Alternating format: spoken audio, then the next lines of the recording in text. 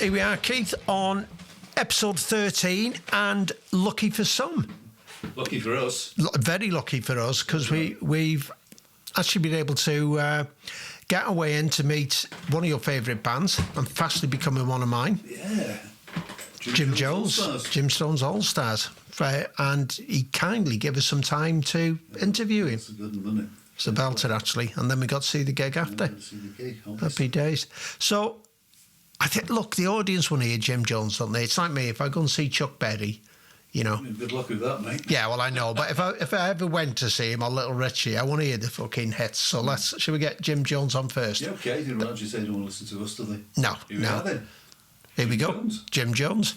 Well, we're a bit stoked this afternoon, or this evening. We're backstage at the Future Rooms. Future Yards, isn't it? Future Yards.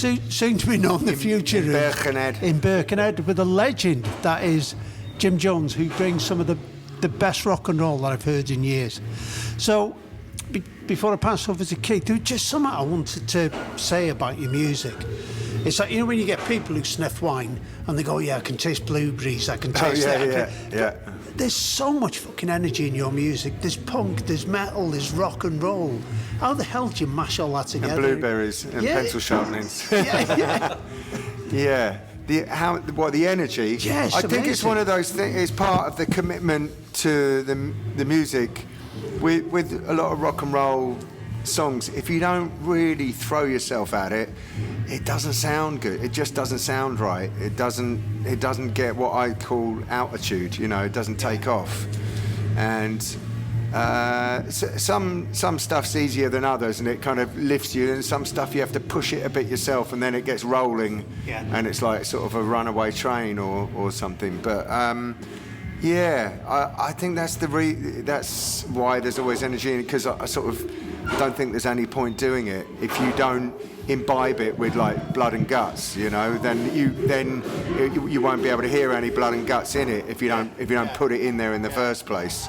It sort of doesn't do it on its own. You have to whip yourself up into some kind of you sort of have to plug into the universal rage of some kind, you know, and it's love as well as rage, without sounding too hippy dippy, but it's everything, you know. It's plugging into the life force that's around us and channeling it and going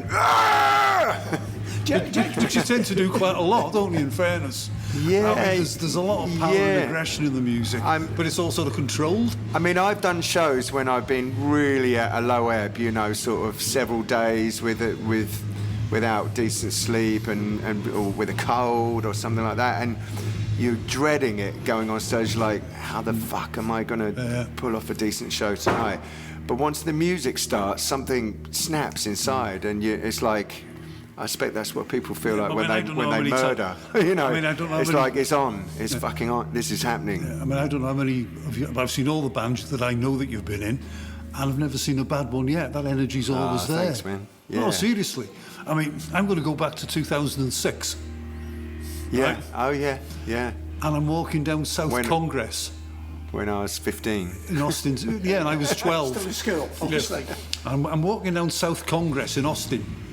Yeah. At the South by Southwest Festival with a mate of mine from London, Paul. Yeah.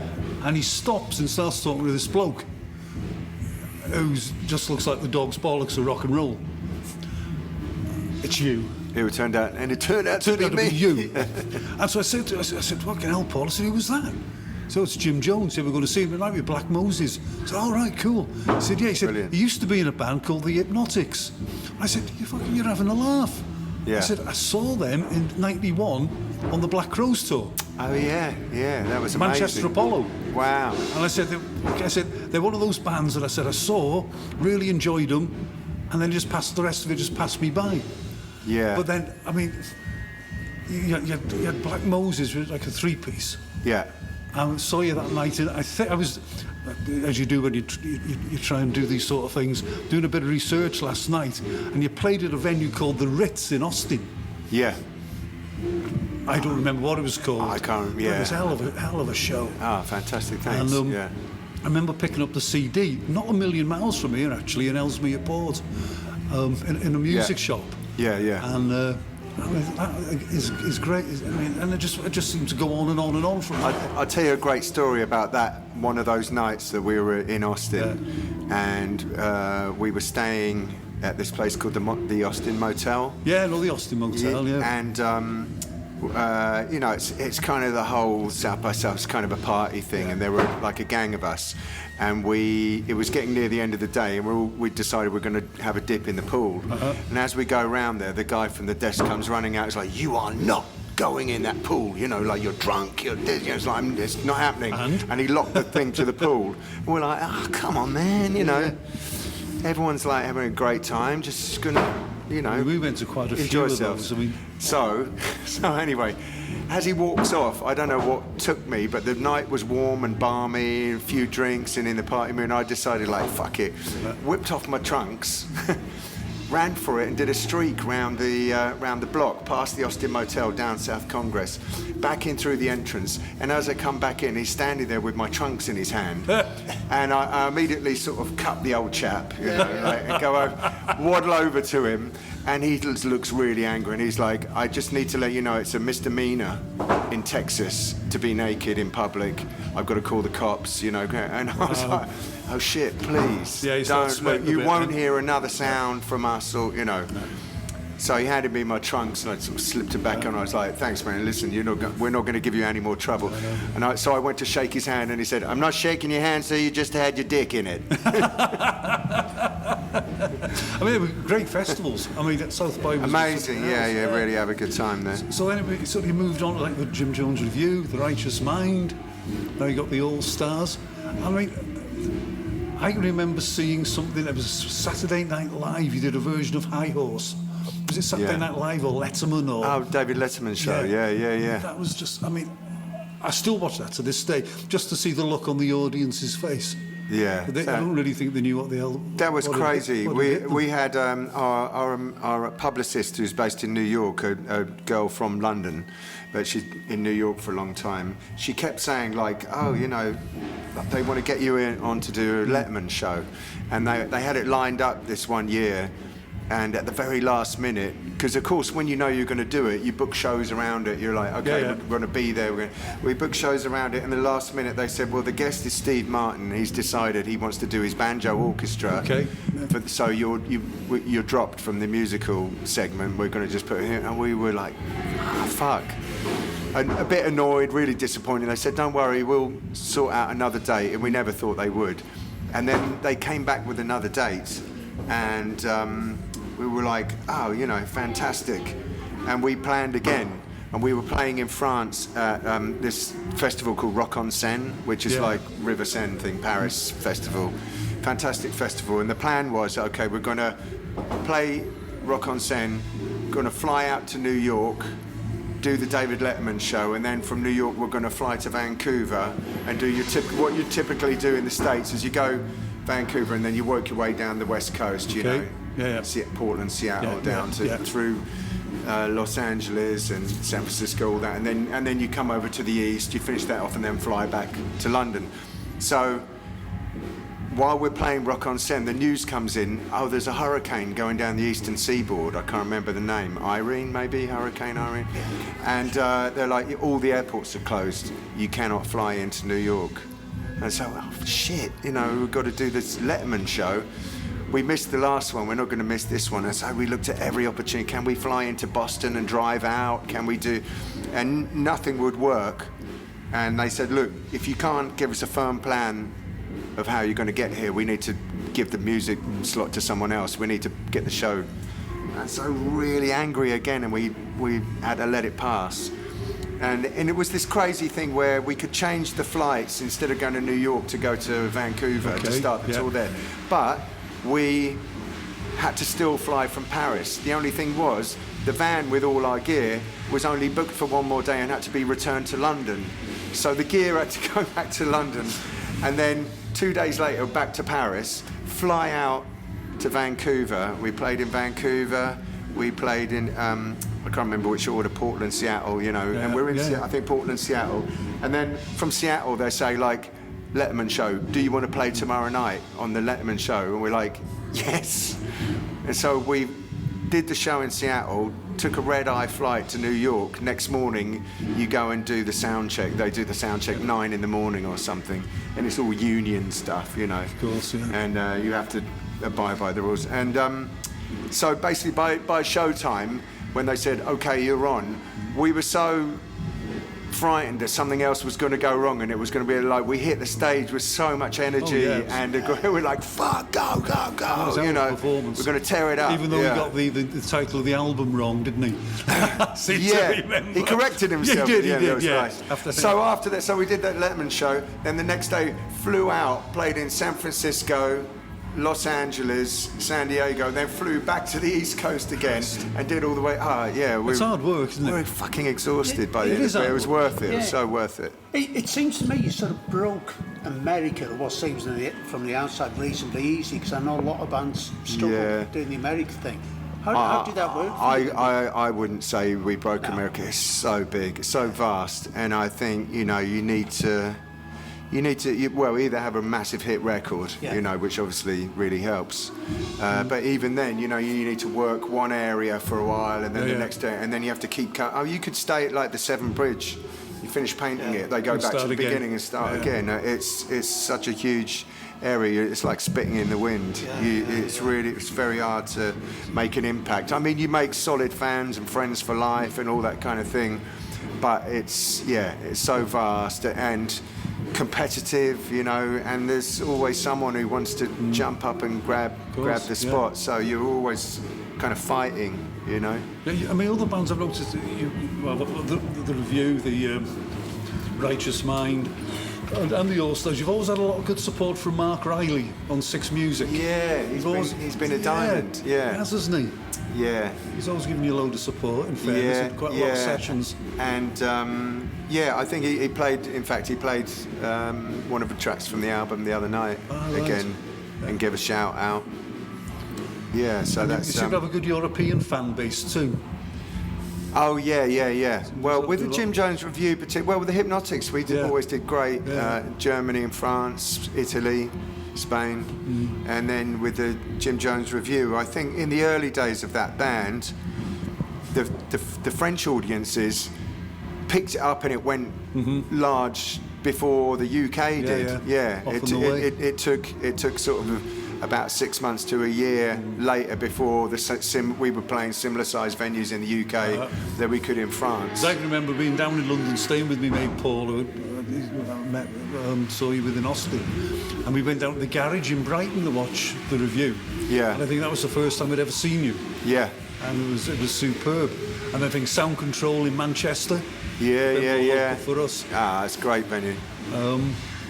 And they're all under the cosh, all these venues, aren't they? Yeah, everyone. I think Sound Control's gone. Man, just like the people that run shit really are cunts, aren't they? Oh, they are. Like, and no one's best interest except their own. And then I think Kentish Town Forum for the farewell. Oh yeah. Hell of a gig. Still the Walter Town and Lowe. Country Club to me. Yeah. I'll always call it that. And Walter Lowe supported it. He came on at the end. Yeah, Nick Lowe did a spot, and it was a great. The whole tour was great because we went back and just played all the places that we'd loved, all around Europe, in America, and then the UK, and that forum was the last show. So you got Elliot Mortimer back on piano. He's so good. Oh, he is, isn't he? He's something else. Yeah. So then you had Matt in the Righteous Mind. Matt Millership. Yeah. Lovely Seen him guy, a couple Matt. of times, He plays near us. Goes to a little place in Whitchurch. Yeah. 10 Sheds. With 10 Sheds, yeah. He often goes out with Beans on Toast as That's well. Right. I don't know if you know I think he's touring with them at the moment. Yeah. Yeah. And then you had Henri Herbert. Yeah. There's another. Henry's actually been doing some dates at the moment. I think he did the 100 Club the other night. He did. He contacted me like, "Do you want to get together for a coffee?" And I was like, "Oh yeah, I'm on my way up the country." So we're playing in Ireland. Ain't No Peril. Yeah. That's some cracking reviews. Yeah, it really has. It really has. In the Louder Than War review last night, they've cooked up an almost evangelical mix of soul, gospel, blues, garage, rock and roll, and any other genre of music you care to mention, which is guaranteed to tear down walls. Yeah. And you also got 8 out of 10 classic rock. Yeah. No, it's been really brilliantly received. Hell of an album. It's the whole thing was really a bit out of left field. This whole thing's a bit out of left field. But weirdly enough, this group really feels like all the parts of everything I've done over the years sort of coming together and finding a way. You know, there was a time with the Jim Jones Review that I couldn't have done a Hypnotic song in that in that group because it would just felt incongruous somehow, you know. Yeah. But somehow this lineup with the horns and everything, the sort of room, and it fits all the stuff that I've loved over the years and a lot of the writing that I've done. Every now and then we pull out another song. We've been going through the catalogue of like, oh, what about that one? It's like, oh, I really wanted to. Can we do? You know, the guys in the band like, can we do Shoot First? You know, cool. That's like. Yeah, because we saw you at Night and Day in Manchester. Yeah. Probably September. In the spring. Yeah. Fucking good. Yeah, as well. Sorry, God, no, something I wanted to ask, because I work in the creative industry, advertising, I do all that. Say, what's it called? In the creative industry. Oh, right. So I'm always interested how people come up with ideas and the people around you. So you were saying you've got a good crew here now at the moment. Do you find it a lot easier to write and come up with those ideas when you've got the right people around you? Or you very much, you go off in your own space, create, come back with ideas? How does it work for you? Yeah, both really. Is it? Yeah. Sort of like whenever I'm on my own, it's a good time to go like, oh, you know, I get ideas and thoughts, and sometimes it's sort of like an experiment. What if I mix that kind of sound with this, and then put that twist on it? Would that work? Then other things you get inspired while you're playing with the guys. But this band is a really good. It's a very free. Relaxed environment with all the players in this group, and it always feels like everyone's always up, you know. So, can we try this? And it's like straight away, you know, because there's no moaners. You've got 3 instrumentals on it. Yeah. A couple of covers. Yeah. Which troglodyte, isn't it? No Chill Voodoo working. Yeah. Charles Sheffield. Yeah. Interesting stuff. Is that stuff you've listened to over the years? Or? Yeah. Well, when the project came together, it was very last minute, and it was during the COVID times, and it was one of the first times that, you know, shows were being done, and a friend of mine who programs one of the stages at this festival kept saying, like, can you just come and, you know, I really want a headliner for my section of this. And I kept saying, no, I can't do it, man. And he said, well, just put a band together and do an hour of rock and roll. And so those were a couple of the songs that I chose. Right, okay. That once I knew the saxophone players wanted to do it, and that I had Elliot on the piano, and once I knew I had these ingredients, I was like, well, let's do this song and this song. And we started playing them. It sounded great. And then when we got the offer to go and record it in America, they particularly sounded good in the set, Troglodyte and Your Voodoo Working. So we were like, oh yeah, we got to put them on record. Sounded great at the moment. Brilliant. And it has been quite, like, you know, there hasn't been loads of time to write tons and tons of material, but it's still going on, you know. So do you think plans for a second album? Yeah, definitely. Great stuff. Definitely. Maybe a live one in between. Oh, really? Yeah, maybe a live, because it just seems like, I mean, I hope you enjoy the show tonight, and you'll be able to tell your listeners how it goes. But yeah, the reception we've been getting, like last night we played in Dublin, and had a guy pulled me, like, well, loads of people made these ridiculous claims of like, well, that's the way I see them, you know. This one guy pulled me over and he said, like, I'm a little bit older than you. Now, I've seen that, and he just sort of did this list of bands he's seen, like in their prime, The Clash. Who else did he say? You know, Steve Marriott. He listed off all these people who I admire. He said, like, tonight blew it all out of the water. You know, and I'm going like, steady on, man, steady. And he's like, I could tell, like, his pulse, his heart was pumping as he was, you know, was trembling a bit. It's got to be better than he was genuinely a bit moved. And I'm like, wow, you know, I'm just quite sort of really honoured and flattered that I can channel that kind of thing for the audience. I mean, all the bands I've seen you with, all the variations and varieties of stuff you've done. Yeah. It does. It's like Viv said earlier. It's like 100%. Yeah, man. Where do you get it all from? And it's I think that shows in your performance, and that relates. I think it's passed on to the audience. Yeah, it's a little bit of it's a little bit of a sense of like not taking no for an answer. If the music doesn't feel like it's moving me and the crowd, then that's kind of not good enough. And because you're not going away, and just somehow you kind of stir up the air on stage until it does reach something where you can sort of feel everyone elevating a little bit, and you're kind of like, okay, we got it now. Yeah. Right, let's whip it, you know, It's and like you that kind voodoo of. thing, isn't it? It really is. It really is just raise the energy. Or in gospel, you know, I sort of watched a documentary recently. There was someone talking about gospel music, and this woman was saying, you know, the idea is like to drum on the piano or the organ and the guitars to an extent, until you get to the top of the mountain. You just keep smashing at it until you feel some, you know, break through to the other side, and that's kind of where I'm coming from. You're getting near gig time, aren't you? Okay, we have to get ready to go on stage. But thanks so much. No, thank you. Gentlemen. Honestly, Super means a appreciate lot. it. Yeah. And, all right. We look forward to see you later tonight. Yeah. Fantastic. Rock on. In about 50 minutes. Oh. Thank you very Right. much. Thanks, Yeah, man. cheers. Well, belting interview, Yeah. belting gig. Eventually, fair play to him. Yeah, Because, I mean, we were a little bit late getting there. fucking traffic. He'd gone, which was fair enough. But we got to meet some of the guys at the band. Yeah, Who were dead cool. They were dead good. Yeah. I mean, Elliot Mortimer, I phoned him about twice. yeah, To try and find out where he was. Yeah. And then one of the other guys said, oh, he's mentioned something about a podcast. And then lo and behold, he rings us. yeah. It's mad. I've gone back to the hotel for a kip. I'm knackered. Yeah. So, but mind you, they've been on. They've been in Dublin the night before, haven't they? Yeah. Whelan's. Yeah, doing a grueling thing. They'd agreed to do it after the gig. Yeah.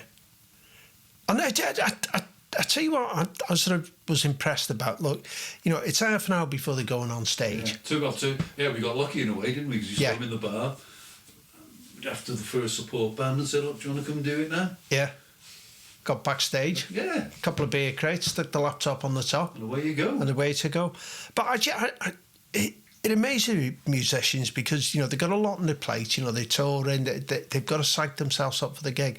And he still give us 12 now, 20 minutes, happy to But sit you with know us. what amazed me the most? What? He messaged me the next day thanking us.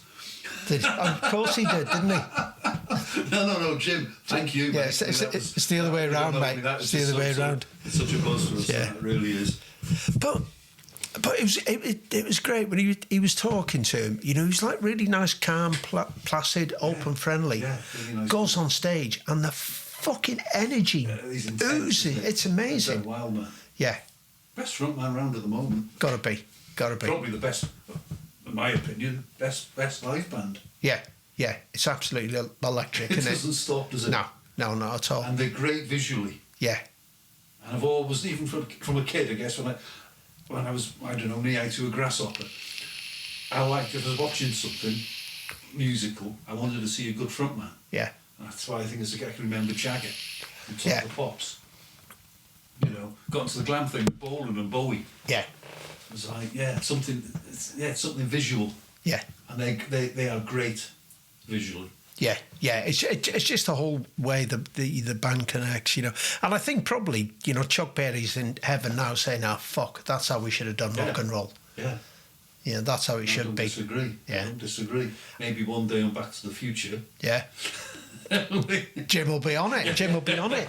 But he snuck in a little bombshell in the interview there. A potential live album. Yeah, and another studio album Yeah. possibly. No, the live album I'd Live love album to would be something else, listen to. Because I can't imagine they're the sort of blokes who'll mess about with it too much. No. It'll be, this is how it is. Yeah. No frills. Yeah. Get it out there. That'd be great. That. Yeah.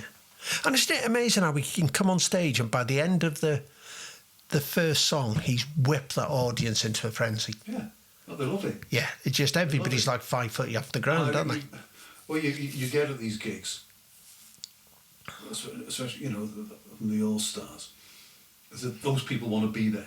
Yeah, They're not just going along, it's a gig. yeah, They go in there, they know the stuff, they know the band, everybody knows what's going on. And that's what really impressed me about him. You know, he has a real understanding of what he's doing. Now that might sound a bit daft, but when you asked him that opening question, I mean, he knows exactly what he's doing. He knows exactly what he's about. He has that, I don't know, he has that understanding of the music he likes. If that makes sense. And how to deliver it. Yeah, and I've always had that impression with, you hear stuff, occasional interviews with him and stuff that he might put out on social media. And there's a bloke who, he's passionate about what he likes and what he does. And I don't think there's many bands around at the moment that, if you go back to when we were watching bands at the time when they were out, like AC/DC and the punk bands and stuff like that, there was a fucking raw energy in those rooms. Yeah. And there's not many bands at the moment I can think outside of Jim and a couple of the I'm sets. sure there are bands around that we probably don't listen to. I don't know, these new bands that you hear on Six Music, I don't know, Fontaine's DC, Idols, all that sort of stuff, that seem to have quite a fervent following. It's not my cup of tea. So I guess I don't suppose it means it's not there, but it's not something I listen to. So I guess with the stuff I listen to, the Jim Jones All Stars, I feel that need for something that's quite intense and I don't know, proper. Yeah.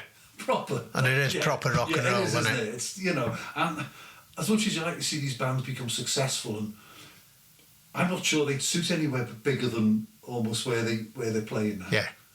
You wouldn't get, I mean, if they played in an academy, I just don't think you'd get that closeness. Yeah. And you want that energy, because when you're in a venue like that, like Night and Day I went with you to see, and Future Yard. Yeah, Future Yard. Last week, Yeah.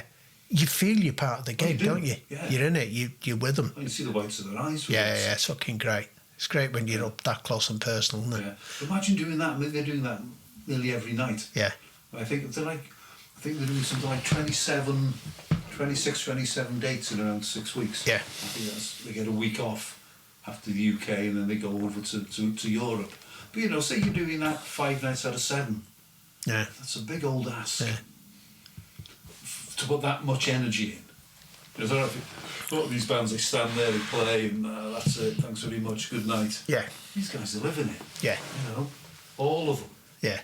It's not just one of them. Yeah. You've got 7 or 8 blokes on stage, and Ali, female backing vocalist and percussionist, just giving it large, as they say. It's weird. Actually, Keith, this is my level of rock and roll now. Herbal tea in a Sex Pistols mug. That's all right, there you go. When we went the other night to do the recording, and the backing singer was there, just because I caught her in the corner, I thought it was Blondie. Debbie Harry. Yeah, the fucking Blondie's here, get in. Don't tell her that. Yeah. I don't like her. Well, actually, it's Blondie who looks like Annie out of the band. So you've got a good history of watching Jim Jones in all his different guys. So where did it start then? How did you first come across him? Yeah, I think as I mentioned earlier in the interview, I saw him in the Hypnotics supporting the Black Crowes. I remember really liking the support band. You know how it is in those days, it was 91. Yeah, that's really good, I'll have to follow that up. But you don't. Yeah. And of course these days it's so easy to. Yeah. But then, the Crows come on, oh yeah, the Crows, love the Crows. You go home, that's it. And then, as I said, there was that time I bumped into with Paul down in Austin in Texas. I went to see the band he was in then was, Black Moses. Picked up a CD of theirs from somebody in Ellesmere Port. Really liked it and I thought no more about it. That was it really. And then was Jim Jones Review came along. Jim Jones The Righteous Mind came along. I've got Jim Jones All Stars. And there have probably been bands he's been in that I'm sure. But I've always liked it's that energy. Yeah. You just listen to it and you think, yeah, this is real. This is what it's about. Yeah. Really, as much as I like other forms of music. Yeah. Yeah. And it for me, it has that vibe also of not necessarily the musical vibe, but the energy of when back in the day, you go and see Dr. Feelgood. Yeah. It is. Band on the Wall or something. The place would be punk bouncing. rock Yeah. thing, yeah. And it's like we said we were chatting, you just see so much music in there. Yeah. And he said something really interesting when we were talking. He said it's almost got that hypnotic bit and that thing of gospel. You know, when you see those real gospel churches and everybody's gone with it, aren't they? They're in the vibe and it's spiritual. Yeah, and you're on your way to God, aren't you? Yeah. No, it was a fucking belting gig. And so, I mean, I think if they stick at it, they'll be okay, you know. Yeah. There's some talent there, isn't there? some talent there. So what he's always had a bloody good pianist. Yeah. I mean, Elliot Mortimer was like the first guy who's in the review, and then Henry Herbert, another boogie woogie genius. No, I've seen his video being bandied around. No, he's good. But I tell you what, you know the rugby club used to do a blues festival. Yeah. Well, that's moved down to Overton. He was playing there one year. Was he? And we got a call. I don't know how I got the call or some. We were putting something on at the Bridge End. Right. In Rwabon. And somebody said, I think it might have been Pete Evans. Henry's around for another day, too. Can he play Come On at the Bridge End? Yeah, please. Of course he can. But he had to cry off at the last minute for a family emergency, so I had to miss off. But then he's had the other guy who was in The Righteous Mind was a fellow called Matt Millership. Right. And he's in a two-piece band, I think as Jim mentioned earlier, called Ten Sheds. Yeah. And they've played at Woodchurch. Oh, right. Percy's a couple of times. Yeah. Is that boogie and blues and stuff like that? No, that's a bit different, but it's good. It's quite dark. I don't know. I'm not really sure how I describe it. But it's just him and a drummer, and he does the singing. Yeah. I picked up the album last time I saw him, and he's in the States at the moment with Beans on Toast. Right. Which is one of the stranger names you'll Yeah. But he's out in the States at present. So Jim's he's always had good pianists. Yeah. I've always liked bands with good, whether pianists or whether it's something like John Lord. Yeah. On the Hammond. I've always liked. Don't get me wrong, I love guitar bands. Yeah. But if he's got that keyboard or piano just to fill out the sound. Yeah. Because I'm a big lover of the keys and stuff. Also, you play yourself, don't you? Yeah. Do you know, I haven't played for ages now. I'm big rusty as hell now, but you know, and the sort of pianist that I really love is all the boogie woogie stuff. Listen to that all day long, happy as Larry. But then it's the darker stuff that I like. You know, Dr. John has a great vibe to him, and a lot of that New Orleans stuff where there's almost like a roll in the music, not necessarily a thumping and stuff like that. And I used to go. We lived in Yorkshire. And I used to go once a month at Holmforth. There used to be a little pub up there, and they used to have a boogie woogie night. Okay. Right, and it was two old guys, just amateurs, you know, and one played the upright piano and he put some spoons in the back, you know, so it was really nice and tinny in amongst the strings. And he had another mate who was like literally on fucking death's door. If he made it till the following month, he used to buy a ticket to see if he'd make it, you know. And he had an old Trilby there, it must be about 40 years old, and he just had one snare drum and one cymbal. Yeah. But God, they were good. Yeah. I mean, really good. You know, the speed they were still playing. You know, at that age, it was amazing. You know, and then you've got John Lord, my favourite keyboard player of all time. I mean, what he did on the Hammond. He was like the Hendrix of the keys, wasn't he? You know, he would go on. I think I've said this. He'd go out to kill it, wouldn't he? Have you heard a guy called? He goes by the name of I think it's the Incredible Jimmy Smith. No. Right. When I've gone, or when we finish this, get it up there. He was a big Hammond player, 50s and 60s. Yeah.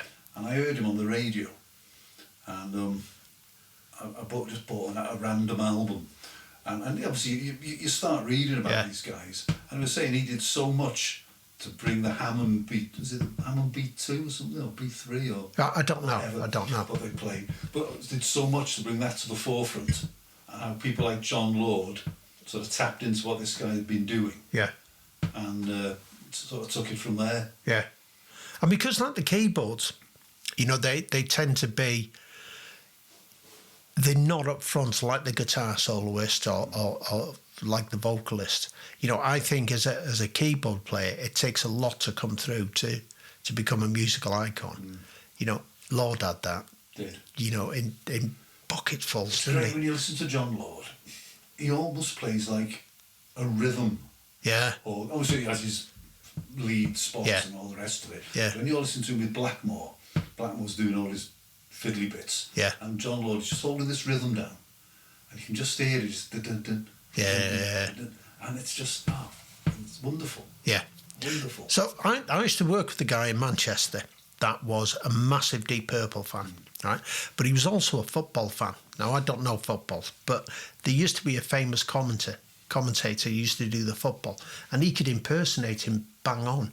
Wow. So what he used to do, we used to watch Deep Purple on YouTube or something, and he'd do a football commentary over the top, right? So it'd be like pace, yeah, still pace down the middle. It's Gillen, it's Lord, fucking Lord nails it, and he'd just do a whole football commentary. But it was just the way he bounced it. You know, That's clever stuff, though, isn't it? People who can do that. yeah, just on the spot and It's stuff. clever. So, the keyboard players then. Emerson, Yes. Keith Emerson. Honky Tonk Train Blues. Yeah. I love that. Yeah. And what was on the B-side of that single? It was. Oh, fucking hell. There It was was, something about the Wimbles, something about the Valentines.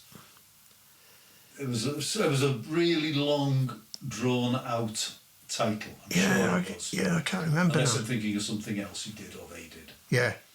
But I loved Keith Emerson. Who was the guy to Uriah Heep? Ken Hensley? Can't remember. I always get mixed up with who's Yeah. in that band. But no, I mean, Paul Raymond of the UFO. I think he Yeah. played guitar and keyboards. Yeah. There's a lot of them about, aren't there? Rick Wakeman, you met Rick Wakeman, didn't you? Yeah. He laughed at you. Yeah, he did. Took He the piss did. out of you. He Come did. on. Yeah. Let's be honest. Yeah, he did. I Yeah. had a laugh at your expense. Yeah, it was my fault. You know. So, see, Skinhead, great keyboards in Skinhead. Billy Powell. Just there Billy in the Powell, background, come to the front when That's it what I needs love to about be. Bird Allen and Motley Hoople. Yeah. You just hear that sound. Yeah. Just the way these guys fill it, and you know, if they have a distinctive sound, sometimes you can tell who they are. Yeah. You know, you'll always know it's John Lord. Yeah, absolutely. You know, I picked up an album a few weeks ago by a band called Bronco. I think it's about 71, 72, and it's called Ace of Sunlight, and Verdon Allen's on that, See? just on one track, and you can tell it's him. Yeah. Because they were stable mates with Motley Hoople at the time on Island. But yeah, it's Verdon Allen. Yeah. You just know, even though it tells you it says Terry Allen, which Yeah. is his name. But but there's a lot of good keyboards players around. Yeah. I'm a big fan of Don Airy as well. Yeah. Yeah. Big shoes to fill, mate. Oh, yeah. Because he was with Rainbow too, wasn't he? Yeah. Yeah. After Kerry, I think he joined after Yes. Kerry, didn't he? Probably did, actually. Or there may have even been one in between them before Don Airy came along. Carey left. Carey was on Long Live Rock and Roll, Yeah. which was the last one with Ronnie James Dio on. Yeah. Then it was Bonnet down to... Yeah, I think that's when Eddie came in then, was it? Was it? I'm not sure. Or maybe after. But yeah, big fan of Don Eddie. And because you got you people like Big Joe Turner. You know, those sort of guys. Yeah. So I've been listening to a bit lately as well. Leon Russell. Don't know anything by him. Yeah, good stuff. Yeah, he plays on Mad Dogs and Englishmen, the Joe Cocker album. Right. He wrote Delta Lady, Cocker did. Yeah. Yeah, good, plays some nice stuff. Yeah. Fender Rhodes, I believe. Yeah. Top instrument. Yeah. Expensive now. Very, 7-8 grand, I think. Yeah. I think I told you I got offered one for 200 quid. Yeah. And I said, Yeah. fucking snapped it up at all. I tell you what track popped up on my Spotify this afternoon. I know we've gone off topic a bit here. Rod Stewart, Reason to Believe. Yeah. What a great little It's a track that marvellous is. song. Yeah. Those early Rod Stewart solo albums were very good. Yeah. Was it Never a Dull Moment? And his stuff with Python Lee Jackson. Yeah, Old Raincoat Won't Ever Let You Down. Oh, I mean, the backing band on them all was the Faces. But they just went out with solo Rod Stewart. I mean, when I saw the Faces, was it 73? And where was that at? Liverpool Empire. Right. And well, a couple of months, so I wonder if I can find the set list on Setlist FM. And it was there. Was on it? There. And most of the stuff, was Rod Stewart's solo stuff. Was it? That they did, yeah. Because Ronnie Lane had gone by then, he'd left, and he got Tetsu in. He'd been with Free, or joined Free after, I'm not sure. So yeah, it was always on the cards, I think. That. Yeah. Setlist FM. I've gone back to so many gigs over the years and just... I was listening to a David Lee Roth album last night, and I remember seeing him at the NEC. I just wonder what he played. He played about 25 songs. Did he? But I remember him doing California Girls. Yeah. Because he was being carried around on a surfboard. Yeah. As only David Lee Roth would be. Yeah. But all the others, you don't remember them. No. Especially God knows how many years later. Exactly. It was in black and white. When It was when when I gigs saw them, there. wasn't it? Dave Lee Roth, highly acclaimed free climber. Free climber. Great free Yeah. climber. And I think that the cover to Skyscraper, it's got him on a bloody big mountain. Yeah. Not for me, mate. No, I'm not very good. I Trouble going up the stairs. don't have trouble coming down. I'm like fucking going up them, mate. But yes, so Dave Lee Roth, love his stuff. Love a lot of his solo stuff as well. I prefer his solo stuff to Van Halen stuff with Sammy Hagar. Ah, right, I yeah. think I might even prefer his stuff to his stuff with Van Halen. Right, interesting. Yeah. I don't know why, I like it, yeah. It's Stuff. good vibes. And I tell you, I listen a lot to. I listen to a hell of a lot of rockabilly. Yeah, we've always like... Yeah, if it's got the piano and the double stand-up double bass Yeah, in it yeah. and a quiff and a leather jacket, I'm there, mate. Yeah. So there's a lot of good stuff like the Meteors and stuff like that.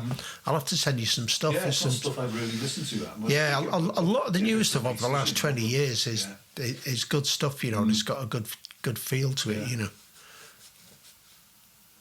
Cool. What we're talking about next? Well, we seem to have gone way off track here, haven't we? We'll come back to Jim Jones then. Yeah. So, go on, tell us. You go on, carry on. No, I was interesting because you said you saw them out in Austin in Texas. So just tell us a bit about that. What's that setup That was like? Black Moses, yeah.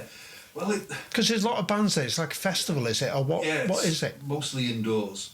And I think the first year I went was in 2005, 2006. And yeah, you buy a wristband if you want one. It didn't cost much.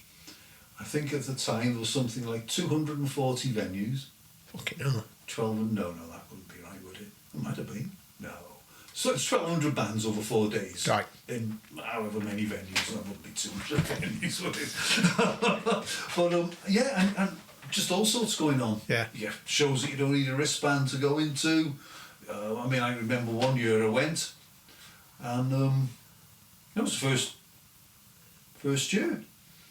I'd gone to a club called La Zona Rosa, and some British bands on, Kaiser Chiefs, a band called Louis XIV, they were dead good. A couple of others, and then about 11:45 I nipped across the road to the Austin Music Hall and watched Robert Plant till 2 o'clock in the morning. Bloody hell. And that's what you can do. Just one fee for your wristband, is it? Yeah, And then just you get to rock all up that, where show you your want. wristband, off you go. Tell you got me, because it's difficult. They're not difficult to get, but you need to have. I think be with someone who's got like a special pass. So we went to the conference centre. Me and Paul. Hugh Stevens was there, the Welsh Six Music DJ. Yeah. And he got me mine. So do you mind giving me a wristband? A wristband with your band? No problem. Yeah. Then a year after I went with Karen, Bethan, who was a Welsh DJ on I think it's Welsh radio, she got Karen hers and Hugh got mine. Brilliant. I just wander around, just go all sorts of places. So how many times have you been then? I think we probably went about 5 or 6. Got to meet Ian McLagan, Right. Faces keyboards, Yeah. small Faces. There's another great keyboard player. Yeah. I've got a few chats with him over the years. Mike Mills out of REM playing at a beer garden. That's nuts, innit? Yeah, chat with him. He took the piss out of me, but that's all right. Yeah, yeah. And saw the great Rocky Erickson at what we called an ice cream sundae at Threadgills. Right. And it was Rocky Erickson, who was obviously with the 13th floor elevators, and who came on and played 2 or 3 songs with him. In another beer garden, Billy Gibbons. You're joking. You're not, mate. And these are just all the sort of things that Yeah, go yeah. on at South by. Unbelievable. Great. And it's just got bigger and bigger and bigger now. I mean, I don't think we've been for about 8 or 9 years. Yeah. Changed a lot. Yeah. But you just see all sorts of people there. See, I was quite chuffed last year going to the Homefirth Blues Festival. Yeah. With 3 venues. Yeah. Yeah, so I might have to do that one year, mate. South by is unbelievable. Yeah. See no end of people there. I know Karen, we were in some venue. And, have you heard of a band called Towers of London? I've heard of that, yeah. They were around, I don't know, 15 years ago. And they had this singer called Donny Tourette. Right. And he ended up on Celebrity Big Brother. Big Brother, the one that in the house. Anyway, we'd seen them in the Talbot in Wrexham. And they were punky, slightly gimmicky, but they were all right. She's gone into the toilets. And she said, all the cubicles are all shut and locked.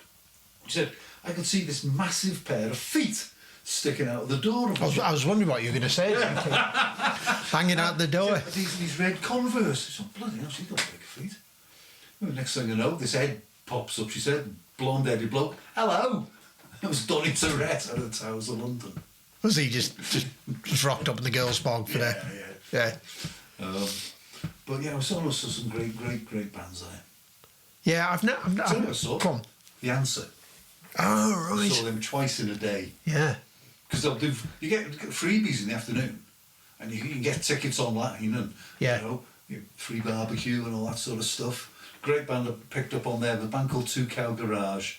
First band I ever saw at South by Southwest. Yeah. On a Wednesday morning at a place called Mother Egan's, and I still follow them to this day. I mean, I'm not even sure they're going anymore, but still listen to the stuff. Yeah. Saw them there. They were sort of regulars at South by most years. So I saw them quite a few times. So they were really good. Yeah. So what's the vibe? How big is it? Is it all across the city? Oh, so yeah. there's a bit of mooching around. You've got It's to... not massive. It means it's basically 6th Street, Right. which goes on forever. Yeah. And you've got all the bars on there that have got bands. I mean, I saw Biffy Clyro there. Right. When they just released their first album. And they're just bars and bars full of bands. And it's just this constant fucking noise. Yeah. And they've got this other place, South Congress, which sort of takes you out of the city. It was really, really nice sort of area. And we saw a bloke on a horse in a band, sitting on a horse singing. Yeah. In As you in do. a bar. It was a really nice bar, and that bloke on a horse, Yeah. fronting a country band. Yeah. Well, why You not? do. Why Yes, not? you do. Yes, all sorts goes on there. See, As well as the Jim's frivolities at the Austin yes, Hotel, of course. Yeah. which Very. you'll have heard earlier. Yeah. Brave man to do that in America. Shenanigans. Yeah. I got that vibe with. I went to New Orleans, and I got so I got a Greyhound bus right from New York, and I bombed around a bit, and then when I'd done, I got unlimited travel, so I'd stay city one night, and then I'd travel overnight to the next city, save on the hotel. I'd fucking sleep on the bus then, and I got into New Orleans at like 8 o'clock on a Saturday night, dropped my stuff off at the Howard Johnson, right, straight onto Bourbon Street. And that's that thing, you walk down there on a Saturday night, it's red hot. Every bar is just great jazz and blues.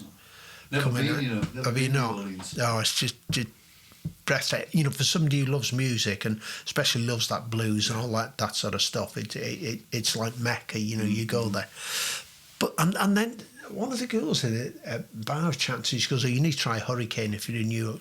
Try these cocktails, So I remember at one stage saying, "Oh, they're not fucking strong, really, are they? Don't know all the fusses about." Then I woke up the next morning down an alleyway, and somebody had stolen me pumps.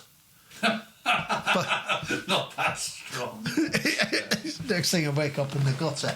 But yeah, my wallet and my watch and everything was still in my pockets, but me Just like your pumps. just like me pumps, Yeah. you know. And then another, I remember it to this day, this is really weird, right? I was then, a week later, went back to have a couple of days in Washington with a couple of people I knew from Manchester who'd gone out there as nannies, working in nannies. And I was walking down the street in Washington with one of these girls from Softon, and a bloke stopped me and said, "Were you in New Orleans Saturday night? What's the fucking chances of that?" I said, yeah, why? He goes, "Oh no, I've got your pumps." yeah, he goes, you haven't got a size bigger than you. Punch me in the face with my hot dog and off he went. Like. But yeah, it's weird, that when little coincidences like that happen, isn't it? You know. But I got my dad a T-shirt from New Orleans, and he didn't realise that, but I got him the New Orleans Pride T-shirt, you know, with the big gay symbol on the front and all of that, and he wore it everywhere. You know, I said, it's the Pride Festival in New Orleans that, you know, they're proud of the jazz and all the rest of it. So he got to work in the fucking steelworks with the New Orleans Pride T-shirt on, not having a clue what was going on. So, excellent. Very fun. Good. So what we got coming up over the next couple of weeks? We've got We've got a clue, mate. We've got Luke Gallagher, end of the month. Luke That'll be Gallagher. good. Wrexham lad. It'll Yeah. be interesting. Yeah. We talked about it, and we're going to do it. We're going to do the Deep Purple family tree, Yeah. which I'm very much looking for. And I think what we should do from that, we should do that Deep Purple family tree playlist. Good idea. That'd be quite good. Know a couple of the songs. Yeah. And we're off to into these Wicked Rivers. Then Wicked Rivers. Rivers, 14th of December. Yeah, that'll be good. That'll be good. I look forward to seeing them. Yeah, they're great. We've got massive wagons, haven't we? No. No, that didn't come. Did we not get tickets? No. Did we not buy tickets? No. Oh, I thought It's been. Has it been, is it? Oh, I thought we were going to that. Well, we're not going to say massive wagons, you know, but Keith saw the horse that pulled the massive wagons in Austin, Texas. I've got Queens of the Stone Age next Tuesday. Yeah. Answer on Wednesday. Oh, the answer will be good. Where's the answer now? Academy 2, I think. Yeah, good little Some venue. Little academies. Then a few things I've got lined up in the new year. Israel Nash, Yeah, the Deaf Institute in Manchester. yeah. That'll be good. Yeah. I've got the Thin Lizzy tribute band Yeah. up at the Tiv, which I'm looking forward to. I'm taking one for the team. I'm going to see a George Michael tribute Never mind. band. It's okay. Yeah. Why did George Michael have chocolate no idea. on his Yeah, lips? Why did George Michael have chocolate on his lips? I've no idea. He's fucking careless with his whisper. Oh, God. And I think we'll end it on that, folks. I think we'll end it on that. that. Such a high with Jim Jones's interview, and he bloody ended up with that. I've got to go to football anyway. Wrexham Port Vale tonight, mate. Oh, I went to Port Vale to see Motorhead and Ozzy. Yes, they played there, didn't they? Yeah. Did you know? I mean, you may know. And I remember this now, but somebody mentioned it to me the other day. Motorhead played in the Pavilion at Corwin on the first tour. I didn't know that. Yeah. Play at Corwin. Somebody mentioned it. I can't think who it was. And yeah, Motorhead played at Corwin Pavilion on the first tour. No, that would have been a belting gig, wouldn't it? I think the only other person who's played Corwin is probably Max Boyce. Yeah, probably. Yeah. Yeah. Cool. Well, who's going to win tonight then? Who do you reckon? Oh, I don't know. Hopefully Wrexham will beat Port Vale. But Yeah. you never know. My first game of the season. Oh, was it first one? First one I'll get a bloody ticket for. Yeah. So you got a ticket. Got a ticket. Got to pick it up in the box office. Yeah. Happy days. Yeah. Sweet. Keeps me out of trouble for a couple of hours. Yeah, exactly. And they're home for a couple of albums, I hope. 10 o'clock at night getting home? Probably not. No, bit of Pink Floyd drift off to. Yeah. Bit of TV, fall asleep within 10 minutes, more like. Yeah, it's the same as soon as that log bin is like, I'm out, mate. Yeah. Well, Keith, that was a belter, mate. Good. And thank you for the introduction to Jim Jones. Oh, Thoroughly enjoyed these last couple of gigs I've been to, mate. Yeah. And Check out the back catalogue. It's all I, good. I won't be. Right. Cheers. See you soon.